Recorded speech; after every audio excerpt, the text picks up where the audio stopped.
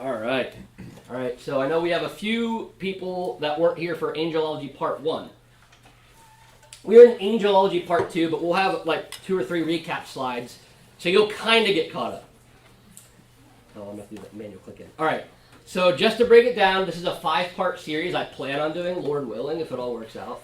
Last week was the intro to Angelology. Today we will be going over the Holy Angelic Beings, the good guys. They don't get enough credit in the movies, so we're going to go over them and talk about what they really do. Then after this one, we'll do the Angel of the Lord, which is pretty awesome. That's an interesting one. Then the 4th week, we'll do Satan. Uh-oh. And my computer's... Satan's trying to get on my computer. Nice try. Got it back. And then the 5th one is the Satanic Angelic Beings. Ones that people are actually most familiar with. But we'll break down the true realities of them. Just to remind everybody who hasn't been here, or remind people who were here last week, what is angelology? This is my basic definition, the study of the beings of the spirit world, which are commonly referred to as angels. And I talked last week, we'll talk more how angels is a general term, but also a specific term. And what we're doing is studying what the Bible says about these beings, because you can actually talk to people who aren't Christians, and they'll know all about angels and demons, but I guarantee you they're not very accurate. So why should we study angelology? Well, the spirit world is very often neglected by Christians today. It is weird to factor in, but the Bible says it's true, and it's going on every single day, and it will also help us understand the biblical worldview. If you try to figure out what's going on in the world with wars and all these kinds of things going on, and you don't factor in the spirit world, you only have half the story, and the lesser half, actually. So by understanding these kind of things, we can understand how the world is dictated by the spirit world. I talked last week, as above, so below. It's an occult saying, but it is true. So what happens above does impact us below. And that's actually what the Bible says. Ephesians 6, verse 11 and 12. We went over Ephesians last week. That's a very common set of verses, but we should all be pretty familiar with. And I said these are some verses you might want to repeat to yourself every day. Put on the whole armor of God that you may be able to stand against the schemes of the devil. For we do not wrestle against flesh and blood, but against the rulers, against the authorities, against the cosmic powers of this present darkness, against the spiritual forces of evil in the heavenly places. So many of us know those verses, but we don't think about it.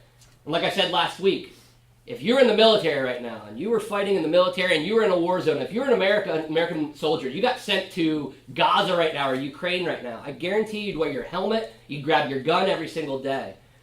But we're the same way here. We are actually in a spiritual war, and we have helmet, we have breastplate, we have a sword, and the Bible talks all about that in Ephesians 6. So study that and make sure you're putting on your military outfit, because you're on war every day. And that's why it's important to know this. And also you can understand all the weird stuff, I think so. All the weird phenomena that people talk about, Christians, non-Christians, like aliens, ghosts, maybe even Bigfoot, mermaids, who knows. But the weird stuff that goes on, when you understand what the spiritual world can do, nothing is impossible. It doesn't even surprise me. It's not even crazy to me anymore, honestly. All right, one of the last recap slides. Angel is both a title and a general term. A lot of people are not aware of this. So all the heavenly hosts are called the angels. God and the angels, right? Well, the angels, that's like saying God and the humans, right? And even in the military, God and the humans, even though you have generals, lieutenants, all of these kinds of things. Same way in the angelic realm, the highest realm. Angel, the term is malak in Hebrew, angelos in Greek. It means messenger, deliverer of a message. So it's more like a job description. There are angels, we'll talk about them today, but they're a specific group of spiritual beings. And we looked at last week, these were all the false representations. Not to say that this one can't come true, we'll talk about it a little bit like this, but it does not look like that, I'm pretty sure. I could be wrong, but I'm pretty sure, because angels don't really have wings. There are no women. Even though I love Mike, he still knows the sign, the call for when there's an angel there, because the kid could see the angels, nobody else could. That's right. So there's that. So here's the true story about angels. Angels don't have wings. Angels don't. We'll find out. When there's angels, they don't ever show up with wings. In the Bible, believe it or not. There are no female angels in the Bible, believe it or not. There are no baby angels in the Bible, okay? And my favorite one to let people know, because I'm not at a funeral, it's a lot hard to tell people at funerals, but humans do not become angels when they die. That's a different species. And like I said, that'd be like saying, well, he's a dog now, right? You wouldn't do that. So it's the same kind of thing, so don't tell people they're angels. And you might have done that, we've all done it. But it's not true, they're literally different species. And you wouldn't want to be an angel. It's not as cool to be an angel in the end, right? And the culture, what I'm telling you here is the culture has taught more people in the Bible. The culture has taught you, actually. And we're going to deprogram the culture out of your brains and show you what the Bible actually says about these guys. All right, so here are the types of holy angelic beings, and I'm sure there's more titles. These are the ones I just threw up here. We got the angels, the cherubim, the seraphim, archangels, which is a type of angel, princes, powers, thrones. Sometimes they're even called stars, which can get confusing. But I laid out the three types. This is kind of what they would probably look like. Again, these are artistic representations. Angels, there on the left. We got cherubim in the middle, seraphim on the right. And it's impossible. I'll explain why these even aren't artistically accurate. It's so impossible to find an artistically accurate person out there to do angelic beings because the culture influences them so much. All right, first ones we'll start with, the cherubim, the cherubs. And this is the one where people think are babies, right? And the culture tells you, oh, what a little cherub, right?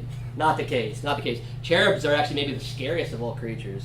First, they are the claimers and protectors of God's glorious presence. They're basically throne guardians, which I have a question mark up here, thrones. This is potentially when Paul talks about thrones and dominions, he may be referring to these beings, okay? These are one set of the thrones. They keep sin away from God. They're basically God's security team, all right? They're a security detail around him at all times. Now, does God need a security team? No, but he likes to have one. So he's got one, and these are them, right? These are them. They stood guard at the gate of Eden. Turn to Genesis 3 if you haven't. I'm going to turn here too, and I'm going to be flying through fast. So turn if you'd like. Genesis chapter 3. We're going to go verse 24. Verse 24. All right, remember, Genesis 3, just to give you a recap while you're flipping there. Remember, this is where the fall of Adam and Eve, they ate the fruit, right? And this is actually the last verse of chapter 3. He drove out the man, and at the east of the Garden of Eden, he placed the cherubim and a flaming sword that turned every way to guard the way to the tree of life. So right there, you can see the security status. They were the first angelic beings you even see mentioned here in Genesis 3, and they're here protecting the garden so they will not let Adam and Eve back in. And remember, the key that he didn't want Adam and Eve to come back in because that, there was evil and they would have stayed in that state forever. So he didn't want that to happen. So they're guardians. Guardians against humanity, other beings possibly, we don't know. But they're the ones that stood guard at the gate of Eden, so they're pretty important, right? They're also, another reason we know they're important, Exodus 25, we won't flip there, but you can make a note of this, is they were the golden figures over the mercy seat right there. So again, to be put over there, remember, the mercy seat and the Ark of the Covenant, all that kind of stuff, was to point to a higher iteration of that. So this is a shadow of what's going on, but God made it very clear, you got to put two cherubim on there. You have to. He made it very clear, that's why they're there, probably. They're guardians. They're God's security detail. And they also attended the glory of God in Ezekiel's vision. Ezekiel 1, this is maybe one of the best holy alien encounters you'll have when Ezekiel's standing there, I think on the river Kabar, and he looks up and there's all these weird creatures, and then God shows up. That's representation, by the way, in that piece of God's throne leaving, which was mind-blowing to them, leaving the land of Israel and coming up and showing them, I'm still in Babylon, because they were in captivity. Ezekiel's in captivity in Babylon, and the cherubim were with God. They show when God shows up, so just like the president, he shows up, so does all the Secret Service, right? So in that vision, you see God show up, you see the cherubim there showing up to Ezekiel. So it says they have four faces, one like a man, one like a lion, one like an ox, one like an eagle. Let me tell you, they probably don't even look like that completely, because even when like I talk about, when the Bible talks about, the glassy sea, it's not really glass, it's just based on the visual. We can't visually represent what's going on in the higher realm, and that's what I imagine here. It says they have 4 wings, feet like a calf. They just look bizarre and like things that aren't from this earth, is what it's probably trying to tell us. Another important thing, Satan was one of the cherubim. Did you know that? He was not an angel, by the way. Satan was not an angel. He is a cherubim, which is a little bit different. Some people consider cherubim either A, the highest spiritual beings because they live in the presence of God. They'd definitely be up there as one of the highest, to be right next to God at all times. And remember, Satan was pretty high up there. So it makes sense, I think. Then some other people, I don't really buy this, but I see where they get this. Some theologians believe they are heavenly animals, basically like guard dogs, right? It stands still that they're God's security team. Whether you want to consider them, guard dogs, like heavenly beings, I don't think they are, because Satan was one, and he didn't operate like that. But I want to let you guys know. Those are the thoughts. Then here's the seraphim, the other throne guardians. Not so much guardians as cherubim are. They surround the throne and just praise God and give him glory. They praise his glory, basically. If you remember, they only have really one distinct place where they show up. It's Isaiah 6, which people are pretty familiar with that one. That's why they say holy, holy, holy. What they're doing when everything triples like that, it's perfection. So God's perfect holiness. And the seraphim are also around the throne. They each have 6 wings. See, again, you can see how this guy screwed up. Whoever made that should have been 6 wings. And it would have been pretty accurate. Otherwise, it looks pretty close. But again, we don't even know what it really looks like, because how could we explain something that's not of this world? We're going to do the best by using what we have. Now let's go to angels. This is the one that people always get messed up on. So, angels look like men when presenting themselves in the Bible. You will actually never find in the Bible them showing up with wings. Never. In Zechariah 5, you have like 2 women showing up with wings. That's different. They're not angels. So there's never a time that they show up with wings. They don't have 100 eyes all over them. They don't have 8 wings. They don't look weird. They look like men every time it happens. We're in Genesis. We're just looking in there. Let's go to Genesis. Let's start with 18, actually. Let's go. We have time. Let's go to Genesis 18. And we'll do the first 5 verses. And this is when Abraham met the 3 men. And one will be the angel of the Lord. We'll talk about the next time I go over this. But then he had these other men. So it said, and the Lord appeared to him by the oaks of Mamre as he sat at the door of his tent in the heat of the day. He lifted up his eyes and looked, and behold, 3 men were standing in front of him. When he saw them, he ran from the tent door to meet them and bowed himself to the earth. So you can see he recognized them. And he wants to bring him a little bit of water. You can see bring him water and food. And they say, do as you have said at the end of verse 5. So you can see angels will eat food. Angels can even eat food. They look like humans. They probably take on corporeal human bodies, so it looks like.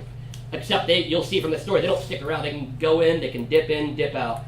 Go to the next chapter, Genesis 19. This is where God rescues Lot from Sodom and Gomorrah. I think it's the same beings that are showing up here. And guess what? The first 5 verses again. Isn't this interesting? The 2 angels, remember there's 3 men, but one of them was the angel of the Lord we'll talk about another time. The 2 angels came to Sodom in the evening, and Lot was sitting in the gate of Sodom. When Lot saw them, he rose to meet them and bowed himself to the face of the earth and said, my lords, please turn aside to your servant's house and spend the night and wash your feet. They said, no, we will spend the night in the town square. But he pressed them strongly, so they turned aside to him and entered his house, and he made them a feast and baked them bread. But before they lay down, the men of the city, the men of Sodom, both young and old, all the people of the last man, surrounded the house. And they called to Lot, where are the men who came to you tonight? Bring them to us, that we may know them. So this is a really strange thing. This is a reverse of Genesis 6. You know the Genesis 6 story I always talk about where the angels came down because they thought humans were beautiful? This is actually the flip side. These men, there's homosexuality going on in Sodom and Gomorrah, and these men were attracted to other men. They thought these were men. They were angelic beings. It was the opposite. They liked the angels. The humans liked the angels here. So there's a flip and a perversion, another perversion, the opposite of Genesis 6. But you see here, they look just like men. Absolutely look just like men, and that's how they show up. Usually they're not noticed as angels at first. Here, Abraham seems to recognize them. A lot of times they just seem like ordinary men until something weird happens, like they disappear in a flame of fire. Then you know that wasn't a human, right? So a lot of times they're not noticed as angels and they blend right in, which will play right into Hebrews 13:2. I'm going to go to Hebrews 13:2, and if you want to, you can as well. We'll be flipping around. I'm flying around, though. Hebrews 13 is one of my favorite verses. I'll just start with verse 1. Let brotherly love continue. And then it says, do not neglect to show hospitality to strangers. Why? For thereby some have entertained angels unawares. Did you know the Bible tells us that you can have good alien encounters in your life, and you may have already. You may not have known it. Because guess what? They always show up as humans. By the way, that's not even a real human. That's an AI-generated image. Isn't that crazy? So he's not even real either. Just like an angel would show up, look like a guy like this that doesn't actually exist. But to you, he'd really convince you. So I'm telling you that there are good alien encounters that happen. You hear about the bad ones all the time. You have good ones. The difference is the good ones aren't trying to deceive you. They're not trying to look like green Martians. They're not trying to do that. They're blending in for other reasons. But they look like humans, and they usually do not disclose themselves. All right, how do angels play in with Jesus? Well, here's a great thing to tell any Christian, you know. If you believe in Jesus, you have to believe in angels. You have to. If you say that the spirit world, first off, there's a lot of things wrong if you don't believe in angels, and you don't take the spirit world seriously. Some people don't take it seriously, but you have to believe in it, and you should start taking it seriously, because look how involved they were with Jesus' life. First off, they predict his birth. Gabriel is one of the famous angels in Luke 1, predicts Jesus' birth. And then, if you turn to Matthew 2, angels protect him as an infant. Well, how do they do that? Let's see. Matthew chapter 2, verse 13.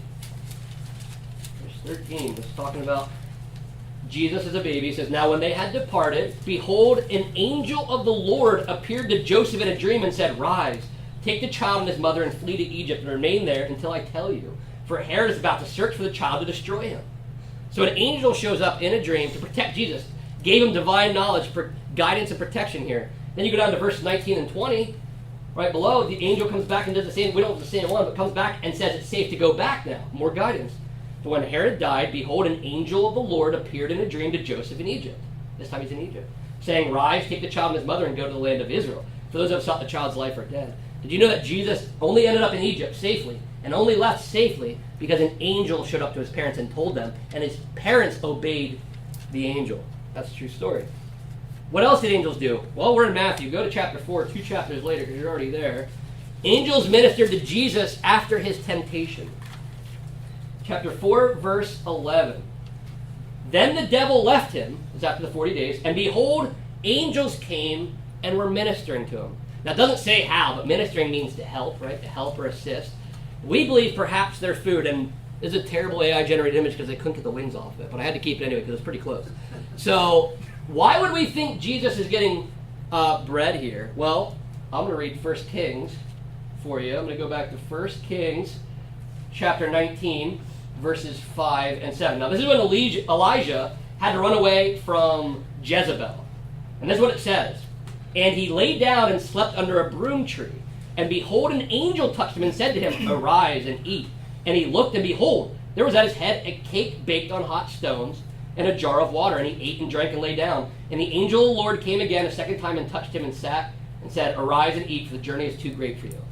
So if an angel showed up to Elijah when he was hungry, didn't have any food, Jesus was in the desert for 40 days not eating. There's a good chance he supplied him with food. Not sure, but it definitely says they helped him at the end of the time. And where would he need most of his help? He could use an encouraging word, but I'm sure he needed food and water, and they've done that before. They also strengthened him at Gethsemane. Some of you may not have realized it, but if you go to Luke 20 and read 40 through 44, I'll skip it for time's sake. You actually see while he was praying there, an angel comes and shows up and strengthens Jesus while he's praying in the garden. That's a little cool detail people don't realize. So while he was praying, it's one of his last times praying, an angel actually shows up to help Jesus. Angels, we all know, announced Jesus' resurrection. In Luke 24, you can read that. They also obviously attended his ascension. There was guys there as he went up. And they said, why are you looking up? Just like he left, he will return. They were there. And the angels will also be included in his second coming. I guess we're in Matthew. Let's stay in Matthew. Matthew 24. Let's go to Matthew 24, verse 31. 24, verse 31. And this is talking about, Matthew 24 is an end time chapter, and it says, and this is Jesus talking, and he will send out his angels with a loud trumpet call, and they will gather his elect from the four winds, from one end of heaven to the other. So they actually come to gather Israel at the end. When he establishes the kingdom, they come and gather them. It says right there. So the angels are very heavily involved from his birth, his life, his death, his resurrection, and even the end of time. Okay. Now, how do angels ministry to us now? We talked about the different kinds of cherubim, seraphim, and how they work with Jesus. But it says in Hebrews 1:14, angels are ministering spirits. It means that they're here to help us. God sends them. Remember, God doesn't need their help, but he loves to include them, just like we like to include our kids in baking and cooking. We can do it on our own. So he includes them, and this is what they do for us. One of the first ones, physical protection, which is what we always think about angels, and it is biblically true. Go to Psalm 91, verse 11. My family actually has a whole text thread with, this is the name of the text. It's Psalm 91:11, by the way. And you'll see why. For he will command his angels concerning you to guard you in all your ways. So right there you can see angels are guarding. Whether I know you can go later on and talk, it could be prophetic about Christ too, but we'll have more evidence that angels protect the Lord's people. They protect us. They protected David when he was fleeing. If you look in Psalm 34, it'll talk about that. They released Paul and Silas, Peter from prison. Anytime people were getting released from prison, except the earthquake, I guess the earthquake, that was God doing it, but God would release them by angels, remember? Angels would show up. And one of my favorite stories is we're going to actually kind of dive into is, remember when Peter, the difference, Peter, when he was let out of prison, thought it was all a dream. Do you remember that? He didn't actually think he was really leaving. And it was a really bizarre thing, but an angel had actually showed up to him. Let's go to Matthew chapter 18 first. I want to talk about guardian angels. Then we're going to go to that. Keep that Peter thought in mind. Matthew 18. verse 10. And this is just again to prove that people actually might have guardian angels. Verse 10. See that you do not despise one of these little ones, talking about children. For I tell you that in heaven their angels always see the face of my Father who is in heaven. So it says that all the kids have angels in heaven that sees God regularly. So I think there actually is biblical evidence that there's angels that guard you. Whether they're surrounding you all the time, you have a specific guardian angel. It doesn't say that you have one assigned to you specifically, but it does say they're angels, and you might have multiple, because it says, we can't tell if it's saying these children have angels or that child has angels. We don't know, but there are angels associated with humans who see the face of the Father. It means they're mediaries, and they help, so there is evidence for that. And we're also going to see that they believed that back in the day, because go to Acts chapter 12. We're going to jump back into that thought of Peter now maybe having a guardian angel, and this, I believe, is what this actually is talking about. Acts chapter 12, verses 13 through 16. Verses 13 through 16. So what had just happened is, to give you a backstory, Peter, remember, was let out of jail. He thought it was a dream, found out, oh, wow, it's not. An angel actually let me out. Then Peter, remember, runs to tell everybody. And that's where we're picking it up. Peter's like, I'm out of jail. They can't believe it. So it says, and when he knocked at the door of the gateway, a servant girl named Rhoda came to answer. Recognizing Peter's voice, in her joy, she did not open the gate, but ran in and reported that Peter was standing at the gate. They said to her, you're out of your mind. But she kept insisting that it was so, and they kept saying, it is his angel. But Peter continued knocking. When they opened, they saw him and were amazed. Wait, what? Like, did you ever notice it says that? The people thought, oh, it's his angel. What would they mean by that? Have you guys ever heard of doppelgangers before? This weird concept. Look it up. It's a real concept. It freaks people out. Where you have a doppelganger that looks identically like you, and somebody says, I swear I saw you. And there's some weird stories about this. What they believed back in the day, and you can see it reflected right here in Scripture, is that your guardian angel, when appearing in form, took on your exact representation.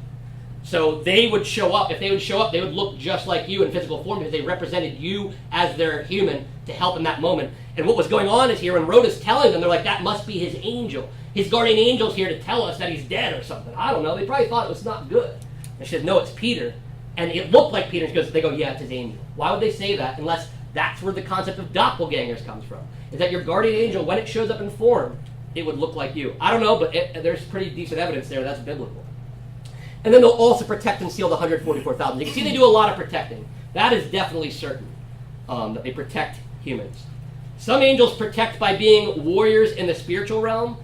For time's sake, I won't go there right now, but one of my favorite things to talk about is Elisha and the army of God. Remember, Elisha and his servant are surrounded by the enemy, I think the Syrian army, and the servant's freaked out, like, they're going to kill us, we're all surrounded. And Elisha is kind of like relaxed, like, hey, God, can you just show him? And all of a sudden his eyes are open, he looks around, there's all, the angels of the flames, and there's more of them, it says, than there are of the enemy, right? So they had more on their side. Elisha knew that the enemy was outnumbered, although in the physical world it looked like they were outnumbered. So we do know they do fight like warriors, and we'll get to Daniel 10. That'll kind of give us a little bit more details, but they fight wars, and there's wars going on around us right now in the unseen realm, according to the Bible. Physical provision, we already kind of talked about that. They actually did provide food for Elijah. There was an angel that did that, and we think maybe again did it for Jesus. And then we also have encouragement of Paul. If you remember, Paul was at sea in Acts chapter 27, an angel showed up to him, right? And encouraged him, said, you guys got to follow the rules. You follow everything, you're going to be safe. And Paul tells them that. Hey, everybody's got to don't kill anybody, don't do anything. We all got to get there, and the angel says we'll be safe, right? And that's the case, which is really interesting. And by the way, sometimes people will try to say, when people like, do not be afraid when the angels show up. They say it's because it looks like the cherubim or the seraphim. Like, I'd be pretty scared if I had a ton of eyes and wings. But I don't think that's actually what's happening. I think they're showing up as men. But how unsettling would it be to be standing here and all of a sudden, somebody just shows up right here? That would freak me out, whether they look like a human or not, right? Just like a ghost, if it looked like human, freaks you out, whether it's so I think they're freaked out, not because they had a ton of wings. They show up as humans to us for a reason, so they don't freak us out ultimately, and they connect with us. And that's why God has them represented in human form. But I think it just freaks them out. You see a man glowing that looks like bronze, they're a lot of times described. I think they're just, you can tell, it'd be a little freaky if a human showed up. They also give direction and guidance. Remember that an angel is the one who directed he was directed to the Ethiopian. The Ethiopian got saved, which is, you could say, that's where the Church of Ethiopia, they say, originates, with this Ethiopian eunuch here. But he directed Philip to go there and explain Isaiah 53, the passage of Jesus Christ, to him. We also know the angel coordinated between Peter and Cornelius. Remember, Peter gets the vision of the sheets. God's trying to tell him the Gentiles are now accepted into my plan. Peter's like, I won't eat it. And God's like, no, you got to eat it. I made it clean. And at the same time, an angel goes to Cornelius and sets up this whole meeting in Acts chapter 10. You can read about it. So angels coordinated that. There are many alien encounters in the Bible, is what I'm telling you. These are the good ones. And they're never going to deceive you, right? So if you ever see anything, it's usually non-believers that see the alien stuff. But if it's anything deceptive, it's not a good being. Because they usually show up in human form with a good message, and they're not trying to freak you out. They're going to say, do not be afraid, if you ever see one. Number 6. This one's interesting. We only see it once, so you got to take it with a grain of salt, but it is very possible that they carry the believers home. This is a big one in movies, but there is a bit of a chance in Luke 16. And this is one that some people consider a parable, some keep it literal. But perhaps, no matter what, it might teach us about what the spiritual world is like. Because I don't think God would make stuff up about a spiritual world that wasn't there to confuse us. So verse 22, if you remember, this rich man Lazarus, the poor man died and was carried by the angels to Abraham's side. So there is a chance there that you're absent from the body, you're carried by the angels to the Lord, right? So we don't know how that goes from your body to that body, but there is evidence, is the only real verse that talks about it. It's possible it's literal, it's possible it's not, but I think there's a good chance of that. Eric. Yes. With that, yeah. when we talk about the spiritual realm and all of these wars, wouldn't you think that we need to be carried home because of the war taking place between the here and then? Very much so, especially if we need to transport through all these, however the dimensions work. We're not sure whether we teleport through. But I'd imagine, once you're in the spirit realm, you see a lot of wild stuff. And rightfully so. It would be because we're not really dead eternally. We're all technically immortal. We're still living, right. And we're still in the spirit world, so you would need they would still be giving us guidance, protection. And there is a chance that it's your angel that's assigned to you at death to carry you over as a believer. That's a really good question. Because, there is a lot of spiritual war going on. And if that's where you have to pass through to get to the Lord, it would be like going through Iraq or Iraq back in the day, or Israel and Ukraine to get to heaven. You'd probably want bodyguards too. So that's a really good point. There's a good chance of that. Ministry to unbelievers. Hopefully none of you guys are unbelievers in here, because it's not good news. What the angels do for you guys. Hopefully none of you guys. Judgment. That's the only category. There's no other category. But I put it number 1 anyway. Number 1 and only one is judgment. I'm sorry to say, but it's just how it is. They destroyed Sodom. That's not a hard one. Remember Genesis 19. They destroyed, that's a nice little picture I got there. They judge Israel for idolatry, if you look at Ezekiel 9. So here's an interesting thing. Israel's God's people, but even then, they'll carry out. If you're going against God, they carry out against Israel there. Let's go to Acts chapter 12. I think we were actually just around there. Acts chapter 12, so it shouldn't be too far. I didn't even plan that. That's awesome. And go to verse 23. Now, if you remember this, Herod Agrippa, he was the leader, and he was kind of full of himself. And here's what it says. Let's just go back to 22. So the people, he gives a speech. he has his royal robes, took his robes on, he sits on his throne, he delivers an oration, a speech to them.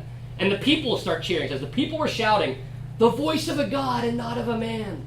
So they start praising Herod Agrippa, and he makes a mistake of accepting it. Because what does it say in 23? Immediately, an angel of the Lord struck him down because he did not give God the glory, and he was eaten by worms and breathed his last. So there's literally been angels can kill people. That is true, biblically true. They can kill people. There's chances there's wars going on where angels have killed people. It's possible. In the end, it's possible as well. But it definitely happened with Herod Agrippa. They did kill him. They're also going to cast unbelievers into the fiery furnace, Matthew 13. They're just like they deliver us to heaven, they deliver the unbelievers to the fiery furnace, whatever that may be. That is what the case says in Matthew 13, 39 through 42. And they also are very known for this, pouring out bull judges in the end. When you get to Revelation, it's impossible to miss the angels. If you don't believe in angels, you can't even read Revelation. Doesn't even make sense. But they're the ones that pour out the judgment. So you can see angels work with everybody, whether you're a believer or not. You just rather be a believer, because what they do to you when you're not believers is not good. So yeah, there's that. A few other things angels have done before we go into some two specific angels. So first, they delivered the law of God. Go to Acts. We're in Acts again. That's great. Acts chapter 7. Let's go back a couple chapters. I can't believe this. Great. God's pretty cool. So they delivered the law of God, and actually it's quoted 4 times. So this is very certain. It's 4 times. You can't even make a mistake about this one. It's Acts 7:53, Galatians 3:19. Let's go to Acts 7:38. We'll go to verse 38. It's also in Hebrews 2 too. Acts 7, verse 38. Down here. And it says, "This is the one who was in the congregation in the wilderness with the angel who spoke to him at Mount Sinai, and with our fathers. He received living oracles to give to us."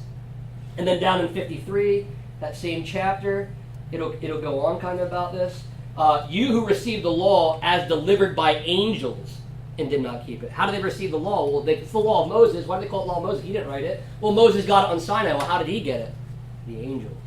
So angels delivered the law. They're mediaries. Could God have just told Moses? Yeah, he could have, but he chose not to. He delivered it through angels. Angels are messengers, remember? This is one of their biggest messages to deliver on top of the good news of Christ. So angels are messengers.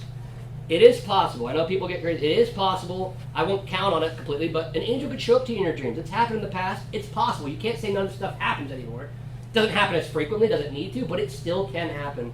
Just want you guys to be aware of that. Here's the weird one, number 2. We're not sure about this one, but they might be responsible for overseeing weather. Now, God controls the weather, right? Because Jesus in Matthew 8 talks to them, and they're like, who is this guy? Even the winds and the seas obey. So God doesn't need their help, but does he use their help? He uses their help in other times. So maybe he does use their help here, because the ancient people were very particular that the gods, which we would call angelic beings, not God, controlled the weather. That's why they would say, like Baal, you call him? He's the storm god, right? If you wanted crops, you had to worship Baal, so he would send you rain. They were the god of the goddess of the harvest, all these kinds of things. The ancient people around them believed it. I think so did the Jewish people possibly. Believed that angels were in control of this. But remember, God is over the angels, and the angels are just carrying out God's work. It's not like they really control the weather themselves. But it is very possible, if you go to Revelation 7:1, last book of the Bible, this is the one piece of evidence we might have for it. Revelation 7, verse 1, it's talking about the 144,000 of Israel being sealed. And this is how it starts. "After this I saw 4 angels standing at the 4 corners of the earth." And what were they doing? "Holding back the 4 winds of the earth, that no wind might blow on earth or sea or against any tree." So I think we have enough evidence here that if an angel can hold back wind so it can't blow on trees, they have some control of weather. So angels potentially dictate weather. However, I'm never going to tell you to pray to an angel. Still pray to God. But God might use angels, based on this evidence, to control weather. For example, this is true, and it sounds silly, but we prayed for the men's event, Bibles, Burgers, and Bullets, that there would be no rain. And it happened. The problem was it was 94 degrees. And we said, we should have prayed for no heat. So Kent did pray that the heat would go away. Guess what? We got cloud cover, and it dropped by about 10 degrees. So perhaps the Lord sent angels maybe Kent's angel showed up and said, hey, let's cool it down here. That is a true story. That did really happen, by the way. But yeah, so I'm just saying, you pray to the Lord will send his angels if the angels need to carry it out. So don't ever get too specific on what the angels are doing. Never pray to them. Never pray to another saint. Never do it, no matter what a Catholic person tells you. I love the Catholic people. They're really good people at heart, I think. But we don't pray to angels. We don't pray to others. And it's very clear in the Bible. It talked about that. I mentioned that last week. But remember, their main job is to carry out God's will. That's what I'm trying to say here. Hebrews 1:7, Hebrews 1:14, it says their main job is to do what God tells them. They are his workers, and whatever task he assigns, they carry it out. If they're taking over the weather, that's because God wanted them to. It's nothing that they could do on their own. Now, however, the evil gods, the evil spirits might try to mess with weather. That is possible as a war tactic, potentially. Who knows? But the angels are always going to listen to the Lord. Just to let you know that. The good ones. The holy angelic beings, the ones that we're focusing on today. The satanic ones are a whole other story we'll get to at the end. All right, now we're going to talk just to end the 2 angelic beings named. It's kind of cool how this works out. So we're going to go over the 2 angels named, which will lead into our next 2 sections. Remember, after this section of the holy angelic beings, I'm going to do the angel of the Lord, which is a specific, that's Jesus Christ. Spoiler alert, it's Jesus Christ pre-incarnate. And after him, we're going to go over Satan, Lucifer, the shining, whatever you want to call him. So the next 2 lessons are going to be on individual beings, right? And we're going to cover the 2 angelic beings. So remember, there are only 2 angels really named in the Bible. It's Gabriel and Michael. Not to say they don't have names, but those are the only 2 ones named. If you read, outside of the Bible, you're going to get like Raphael and things like that, potentially real. We don't know. but Gabriel's definitely mentioned. Means God is my strength. He appears 4 times in the Bible, and you can tell from his appearances, he is a messenger of God's kingdom plan. Why would he be named over everybody else? Well, he is the angel. It seems like his main job. He might not have had a human per se, other than Jesus was, God and human. But he was to deliver the plan that God's kingdom was going to come. He's going to send a Messiah, and he's going to rule forever. That's his message, to explain God's purpose and program to the prophets and the people of Israel. One of his appearances in Daniel 9, he explains the 70 weeks and its events for Israel. That was explaining when their Messiah was going to come and be cut off at the end of 69 weeks. And the 70th week is the tribulation that we talk about. So Gabriel came to tell about how the end was going to take place for Israel and everybody in the world. The second time, you can see, he tells Mary that she'll give birth to a future king. That was in Luke 1, obviously announcing the birth of Jesus. He explains the worldly kingdoms to come. So again, you can see the kingdom plan, very focused. He tells Daniel in Daniel 8 about what would be Medo-Persia, and then eventually Greece and Alexander the Great's death. Alexander the Great didn't come till after the Old Testament, by the way. That's what's so fascinating. Gabriel brought information from the future that came to be a prophecy. All these things pan out. That's in Daniel 8. So he's talking more about kingdoms there. And then, what did he do in the fourth one I have listed here, Luke 1? Before Jesus announced, he announced John the Baptist's birth. So he not announced John the Baptist, announced Jesus, and talked about kingdoms. He's here to tell the people about God's plan. And then we have one of our favorites, the Archangel Michael. Means who is like God. Probably the highest ranking angel there is of angels. Not cherubim or seraphim, but angels. We believe he is the highest one. We also believe he is a territorial spirit. Very much like when I talk about the Gentile gods being of the 70 nations. He is over Israel. God puts him in charge. And remember, there's different ranks of beings. God is the God of Israel. But right below God seems to be Michael. And Michael does all the fighting, it seems. That's right, again, he doesn't have wings, so ignore the wings, but he is the warrior there. He is considered the Prince of Israel. When the Bible talks about princes and the spirits, he is the Prince of Israel. Prince meaning high rank. He's the chief prince, and he fights for Israel in the spiritual war. Go to Daniel 10. I know we're running out of time, but this one's too good to pass. We got to do this. Daniel chapter 10. Here we go. This is where Michael shows up to Michael's going on fighting the war. An angel shows up to Daniel because Daniel's been praying. 10 verse 5. Daniel 10. I'm going to read it. Daniel 10 verse 5 to 8. We're going to read these in little sections here. Okay. I lifted up my eyes and looked, and behold, a man clothed in linen with a belt of fine gold from Uphaz around his waist. His body was like beryl, his face like the appearance of lightning, his face like flaming torches, his arms and legs like the gleam of burnished bronze, and the sound of his sword like the wind, or the sound of a multitude. And I, Daniel, alone saw the vision, for the men who were with me did not see the vision. But a great trembling fell upon them, and they fled to hide themselves. So I was left alone and saw the great vision, no strength was left in me. So you can see an angel shows up, he loses his strength, and he's the only one that can see it. Other guys can't see it. You go down to verse 12. Then he said to me, fear not, Daniel. From the first day that you set your heart to understand and humbled yourself before your God, your words have been heard, and I have come because of your words. You find out Daniel was praying for 3 weeks. So he's saying, once you started praying, I started on my way. But why did it take 3 weeks? Well, the prince of the kingdom of Persia withstood me 21 days. But Michael, one of the chief princes, came to help me, for I was left there with the king of Persia, kings of Persia. So look at it, the kings of Persia here, that's multiple. So basically they're saying, listen, I tried to get here as fast as I could. For 3 weeks, Persia attacked me.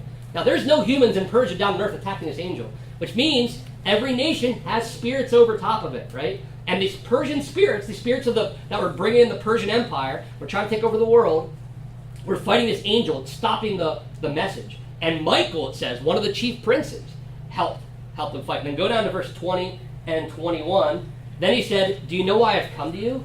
But now I will return to fight against the prince of Persia. He says, hey, I got to leave, I got to go fight again. And when I go out, behold, look at this, the prince of Greece will come. But I will tell you what is inscribed in the book of truth. There is no one who contends by my side except Michael, your prince. So here he talks about the prince of Persia, he talks about, then the prince of Greece. You know what's fascinating about that? Greece didn't take over until after the Old Testament was written. So Greece wasn't even around yet. Alexander the Great wasn't even around when Daniel was written. So Persia was the leader. Greece comes over and takes over Persia. So again, a prophecy. So what was going on? You could see it in the spirit realm hundreds of years before Greece took over. Greece was trying to take over Persia.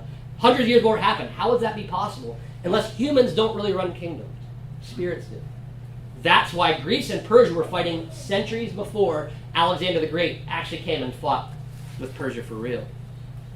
One of the last interesting facts about Michael is, I'll go to Jude verse 9. He disputed over the body of Moses, which is a really fascinating story. It's a bizarre one. I think I have an explanation for it, but it could be wrong. He fights Satan for Moses' body. What a bizarre thing, right? Unless the enemy knows that Elijah and Moses are going to be the two witnesses at the end of time, and that if Satan could get Moses' body, he could try to prevent him from showing up in the tribulation, right? I think it has something to do with end times, because why would they fight for a dead body? Doesn't that sound strange if we're all spiritual beings living eternally after we die and this body's corrupt and we're going to get new flesh? Why would they fight for Moses' dead body? I think he's going to be resurrected. I think that's what that little staff meeting was at the Mount of Transfiguration between Moses and Elijah. I think there was a little staff meeting of what was going to come to be. And I have some more theories about Moses and Elijah. Will blow your mind. Sometimes we can talk about it off camera. Off camera.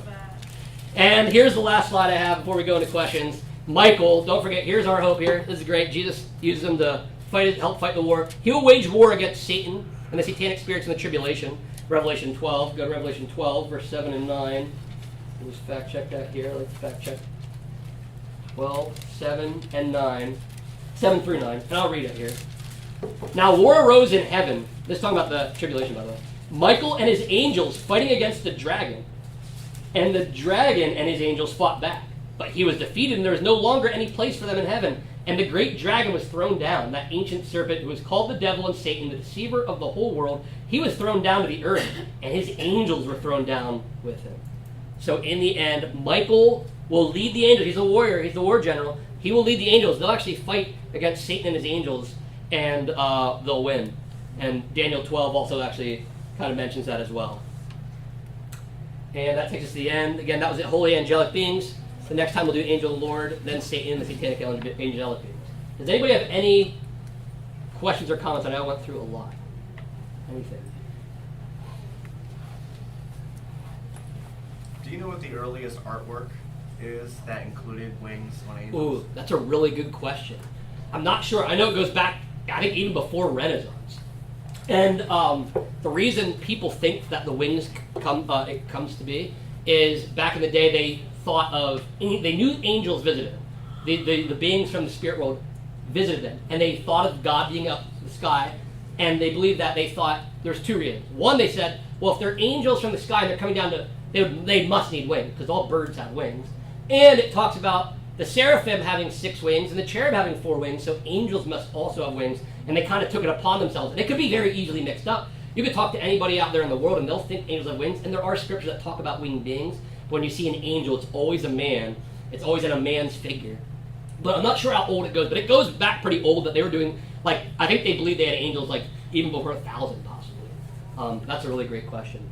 It's always a man or Whoopi Goldberg. Well, yeah, I know. How about For some reason, Come Whoopi on. Goldberg is either God or an angel. I know, yeah. Everything. Hollywood loves to do it. I think they made Alanis Morissette in one movie, too. I didn't watch, but yeah. Hollywood gets really carried away. And you know the sad thing is, people really think you actually have to correct people, because people, until you correct them, think Hollywood is taking things from the Bible, which they're very much not. I mean, they're picking little pieces. But I talked last week about, the pictures of Satan with the pitchfork and the red. I don't know actually where that came from, other than I know Dante's Inferno really messed people up a bit about things. I think that had a lot to do with things.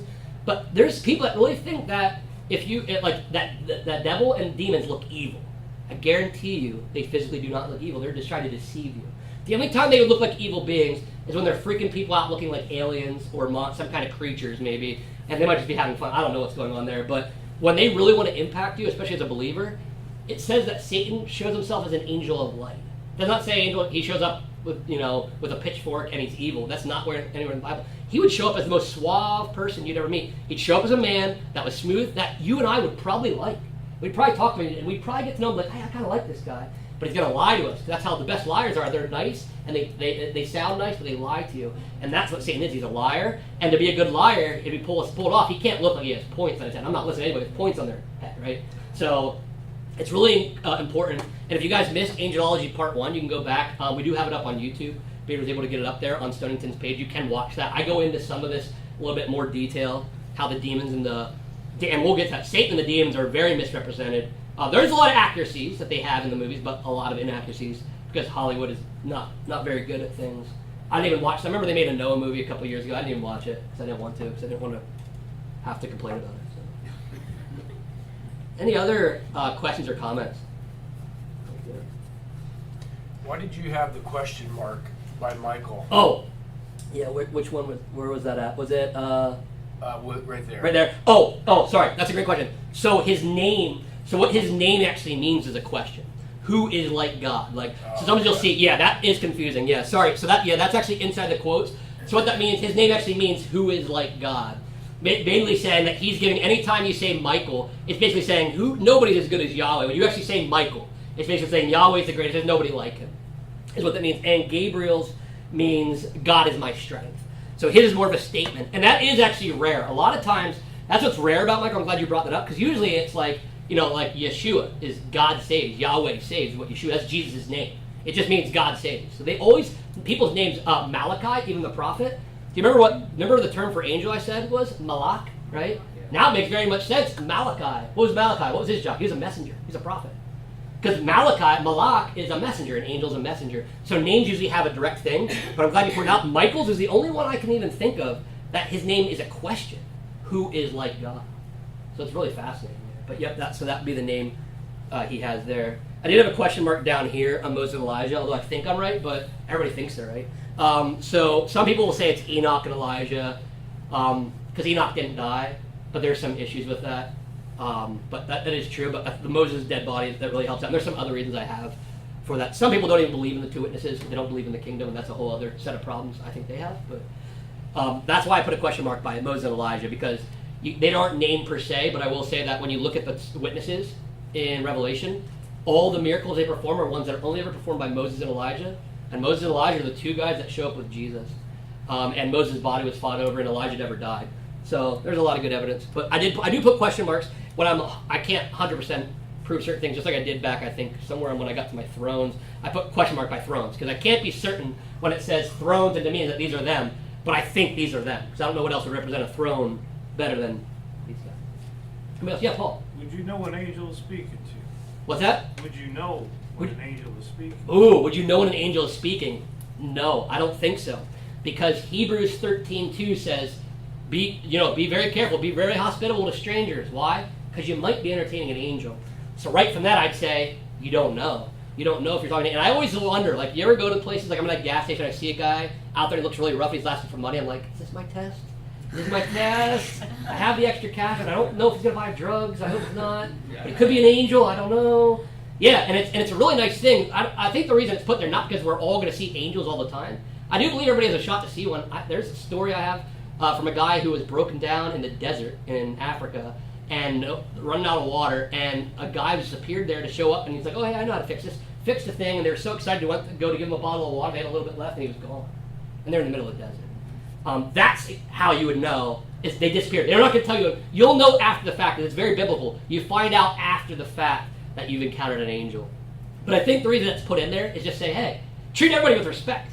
Because if you disrespect people, that's like disrespecting God, and you will end up disrespecting one of God's people. And I bet if you treat people pretty poorly, you're the ones that'll find an angel in your house sometime. You'll be the one to get tested by the angel that way. So, yeah, treat everybody with respect, because they could be an angel. I'm not an angel, I'll tell you that. I'm not. Anybody else? Any other thoughts or questions? All right. Well, thank you, everybody. Like I said, we're going to start diving into the angel of the Lord, which is Jesus Christ, showing up as an angel in the Old Testament. Really fascinating stuff. Then Satan and the satanic angelic beings. And we'll put all these up on YouTube if you miss any of them, so you guys will be able to catch up. So thanks, and have a great week, everybody.